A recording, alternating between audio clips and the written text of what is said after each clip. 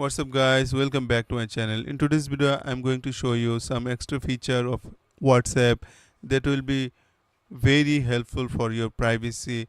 So let's get started. First of all, go to WhatsApp and then go to three dot menu from here and go to setting option. After that, go to privacy. You can see so many options about privacy. Go to last and click to advanced option. Here you can see three option about your extra privacy. First one is block unknown account message.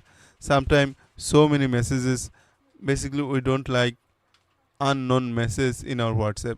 So if you block the unknown message in your WhatsApp, then enable this option.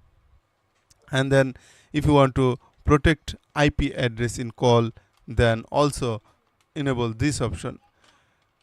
And last one is disable link preview. Sometimes hackers or thief, somebody trying to send a link to preview, and then if we click that link, it will be very harmful for our device or our personal data. So we can block any unknown link preview by enable this option. I think those are very helpful feature for our personal data, for our device, or like this.